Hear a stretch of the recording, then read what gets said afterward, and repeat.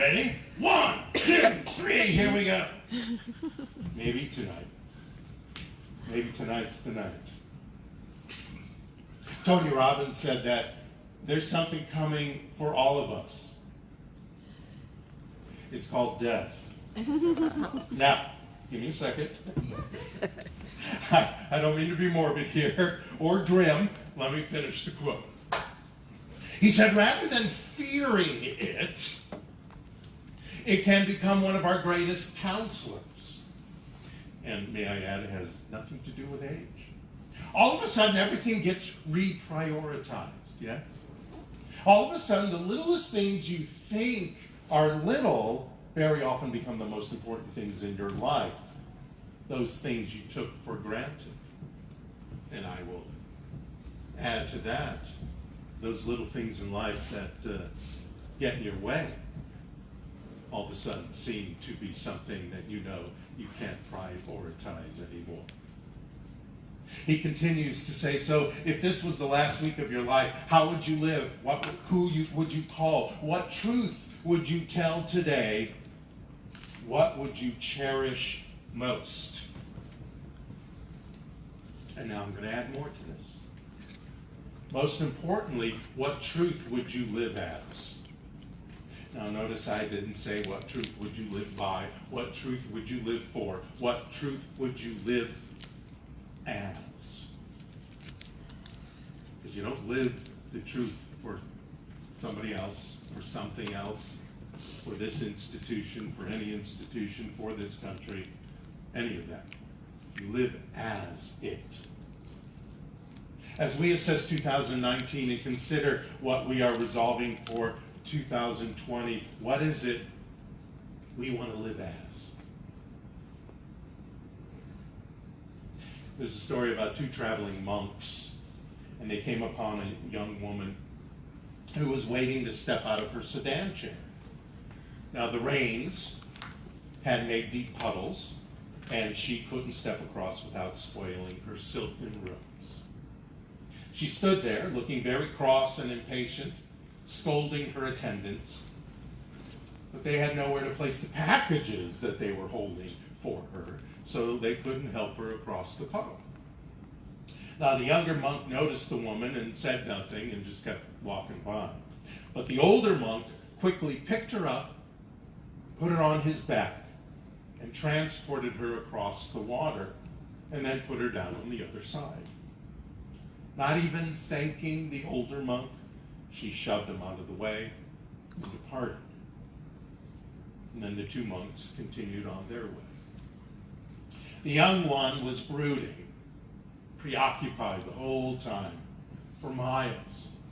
And after several hours, unable to hold his silence, he finally spoke out and he said, you know, that woman back there was very selfish and rude, but you picked her up on your back and carried her, and then she didn't even thank you. The older monk stopped, and he turned to the younger monk, and he replied, I set that woman down hours ago. Why are you still carrying her?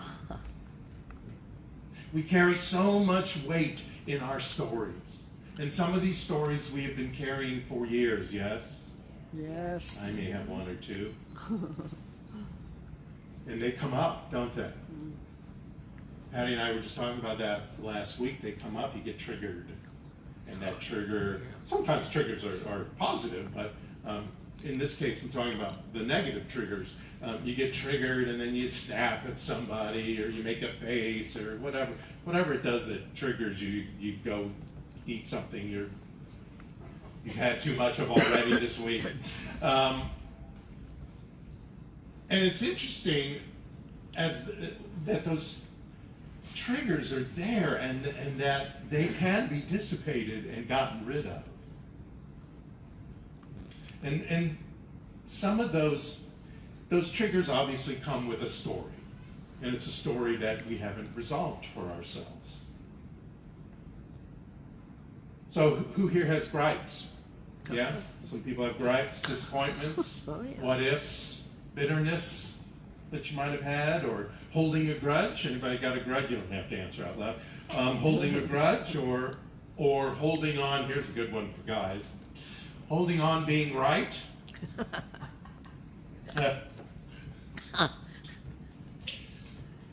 One turns to the guy, yeah, that's you always have to be right.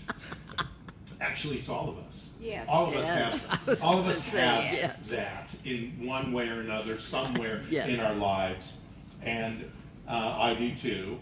And I have to catch myself and say, why? Why? Do I want to be right or do I want to be free? Do I want to be right or do I want to just succeed in this situation? As well as in life in general. Do I want to be right or do I want to be happy? They don't always equate with each other. So much energy is used up in being right and righteous, and we see that in the news and on social media, people being very righteous. But it keeps us all attached to the problem. It keeps us attached to the conflict, the condition that's going on, the memory, the trigger, and our supposed solution. Because we all have solutions for what we're right about, yes? We're right. And if they would just do it this way, they'd be right too.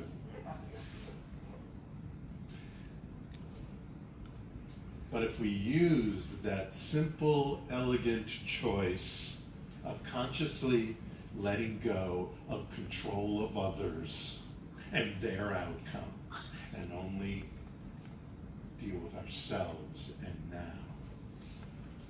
The Tao Te Ching said in verse 74, trying to control things is like trying to take the master carpenter's place. When you handle the master carpenter's tools, chances are that you'll cut yourself. So what's cutting you? What are you cutting yourself with from the past? It's time for us to dissipate all this emotional charge that we have on things, these triggers. We got to take the heat off the event. We got to accept that the reality that sometimes some people, the supposed wrongdoer or wrongdoers in our lives, are unreachable and maybe even unrepentant. And be okay with that. Because we want to make the choice of not carrying these wrongdoers and the supposed solution on our shoulders anymore. It just filters everything. You know, it's like a screen in front of your face all the time. My grandmother, my dad's mom, and her sister had a fight probably before I was born. And for years, maybe decades, they didn't talk to each other. And I remember when they were very, very old, they finally did, and they didn't even know what the fight was about anymore. They just sat in their anger for years. Craziness. Our attachment to these stories and the need to be right created duality in our lives. You know, a duality in our lives. Do you understand what I mean by that? I don't mean, I'm not talking about necessarily, well, I am talking about it necessarily, the duality between human and the divine. Like most religions talk about, there's a duality, there's a separateness, which we know is not true. It's all one. It's all happening together right now. But it becomes a duality in our lives when we keep these stories going on, when we allow these triggers to keep going. Osho said, all duality is a mind creation, of course. All duality is created by the clinging and attached mind. When there is no attachment, there is no duality. We gotta lose our attachments to whatever these stories are. And it doesn't matter where your story came from. I don't care. It doesn't matter. God doesn't care. The universe doesn't care. Only you care. Only I care about those specific things because they keep coming up. You know, it happens in relationships, especially long-term relationships. You know, you haven't gotten past that thing, whatever it was, that happening that happened probably years ago. But you still have that same reaction. You haven't gotten past it. You still have that trigger. It's time to surrender and accept. It's time to let go of the story and write new ones. A rabbi once told me we must listen carefully to what the Hanukkah candles are saying. And we're still a little bit into Hanukkah, as well as Christmas. And here's a few things that the Hanukkah candles are saying. A little light goes a long way. The Hanukkah candles serve as a beacon for the darkening streets. No matter how dark it is outside, the light of divine communion transforms the darkness into light. Now, how do we transform the darkness into light? By forgiveness. Now, not just forgiveness of the other person, most importantly, the forgiveness of ourselves. Even if you feel you have to forgive that other person for some sort of wrongdoing, it's forgiving ourselves at this point for holding on to this, for letting it be a power in our lives for however many years it's been. Whether it's our parents, whether it's an ex, whatever. Forgiveness of self and others shine a light on the darkness of those grudges we keep and the being rights we hold on to and drain ourselves with.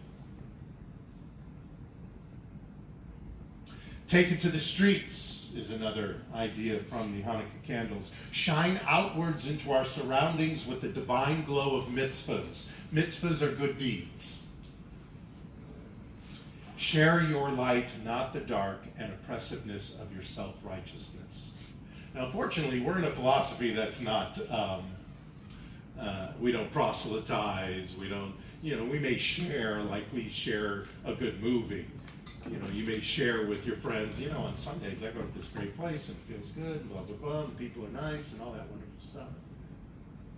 But you're not saying, come here because then you'll be saved or some silly thing like that, although they may be, in one way or another. Not in the Christian sense of saved, but saved by their own thinking. Proudly proclaiming your radiance for all to see. Rededicate yourself to who and what you are. That's what the candle is telling us. It's there, especially the one in the middle, the lighting one. It's telling us to proclaim ourselves, stand tall, light the world with your unique self, your unique individual expression of God. And then let's take the time to rediscover the Christ consciousness, the namaste in each and every one of us. Let's rid ourselves of the greed of being in the right, the plague of living as the persecuted, the vice of victimhood, and the addiction of giving our power away to some force, some story that's not even relevant anymore. Let's forgive and move on with our lives, not hold on to the grudges and the fights and the anger. Let's celebrate our human right to live free from the bondage of duality. I'm good, I'm here, I'm expressing God until something triggers me about my ex or about that situation or the job or the whatever, and then I'm that other self. There's no other self. It's all one. It's all you. Let's let go of the shoulda, woulda, couldas. Got some shoulda, woulda, couldas. Those are them too. Shoulda, woulda, couldas.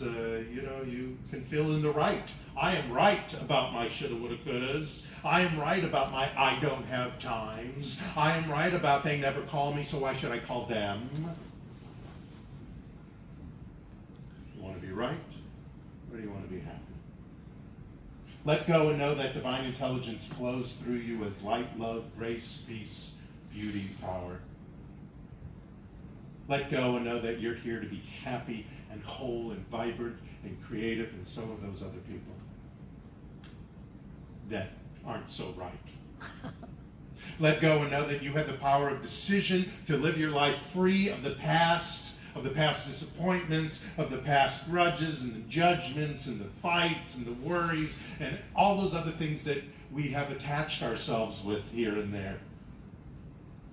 Let go and know the great I am that you are right here, right now.